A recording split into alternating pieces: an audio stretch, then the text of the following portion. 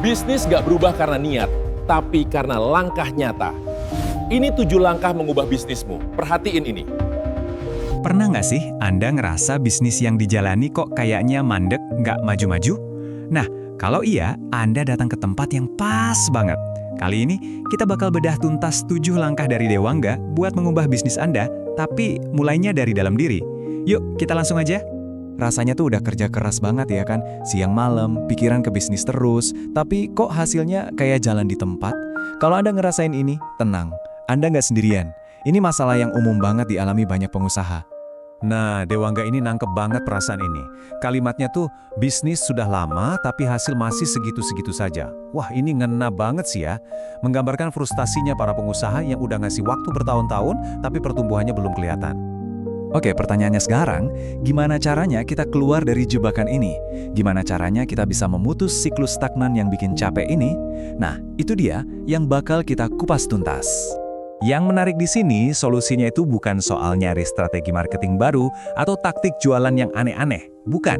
Menurut sumber kita, perubahan yang sesungguhnya itu justru dimulai dari dalam diri kita sendiri, sebuah pergeseran internal. Yuk, kita masuk ke 2 langkah pertama yang jadi fondasinya. Ini semua bukan soal teknis dulu, tapi soal mindset dan refleksi diri. Ini dasarnya sebelum kita ngomongin soal aksi. Langkah pertama, besarkan niatnya. Coba deh kita lihat perbedaannya. Kalau niat kita kecil, ya mungkin cuma buat diri sendiri, energinya juga jadi kecil. Tapi kalau niatnya besar, misalnya untuk keluarga, untuk bantu orang banyak, untuk umat, itu bisa menarik energi yang jauh lebih besar. Ini bukan cuma soal motivasi, tapi soal menciptakan tujuan yang lebih besar dari diri kita. Dan di sini kita lihat dimensi spiritualnya. Saat niat kita itu besar dan tulus, ada sebuah keyakinan bahwa pertolongan yang nggak kita duga-duga itu bakal datang mendekat. Oke, setelah niatnya diperbesar, langkah kedua adalah muhasabah, introspeksi diri.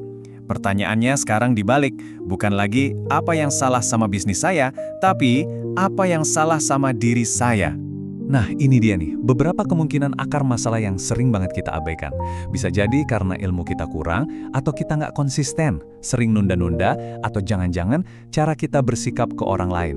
Intinya gini, masalah eksternal di bisnis itu seringkali cuma cerminan dari masalah internal di dalam diri kita. Baik, setelah beres-beres di dalam diri, sekarang waktunya kita pindah ke langkah-langkah yang lebih praktis, yang bisa langsung dieksekusi buat bikin perubahan yang nyata. Nah, setelah kita nemuin akar masalahnya lewat introspeksi tadi, ini dia blueprintnya. Langkah selanjutnya adalah mengubah rasa menjadi aksi. Dimulai dari komitmen, lalu fokus ke satu tujuan aja, bikin rencana yang detail, dan yang paling penting, eksekusi, eksekusi, eksekusi. Dengan konsisten. Kita dalemin sedikit ya, kenapa sih harus satu tujuan? Soalnya, menurut Dewangga, kalau target kita kebanyakan, kita malah jadi nggak fokus. Akhirnya, nggak ada yang tercapai. Jadi coba deh, pilih satu hal yang paling besar dampaknya buat setahun ke depan dan kerahkan semua energi ke sana. Terus gimana kalau kita bingung? Gimana cara bikin rencananya? Ini wajar banget. Solusinya sederhana tapi ampuh banget. Cari ilmu, cari guru atau mentor yang bisa ngebimbing. Tapi nggak sembarang mentor ya, cari yang memenuhi 3 kriteria penting ini.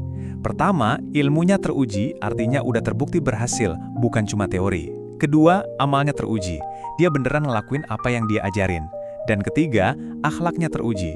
Jadi, belajar sama dia itu bukan cuma bikin bisnis kita lebih baik, tapi juga bikin kita jadi pribadi yang lebih baik.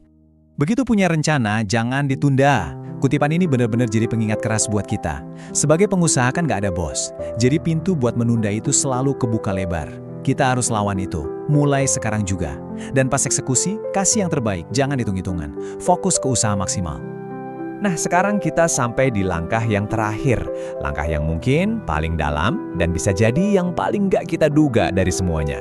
Ini bukan lagi soal jualan, marketing, atau keuangan.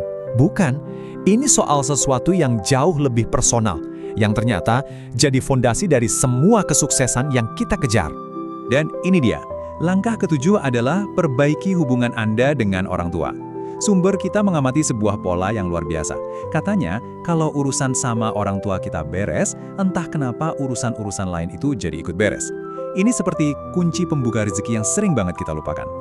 Jadi yuk kita rangkum lagi ke 7 langkah transformasi ini. 1. Besarkan niat. 2. Muhasabah, buat nemuin akar masalah. 3. Berkomitmen buat menyelesaikannya.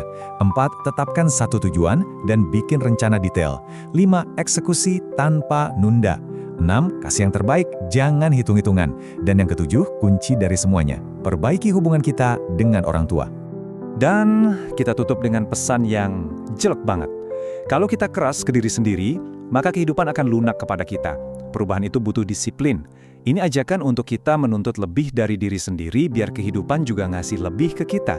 Jadi pertanyaan terakhirnya adalah, seberapa keras kita mau berjuang buat perubahan yang kita inginkan? 1 like dari kamu itu dukungan, 1 share itu kepedulian, dan 1 subscribe itu langkah untuk terus bertumbuh bersama. Semoga info tadi bermanfaat. Komen MAU jika Anda ingin mendapatkan free ebook tentang bisnis dari kami.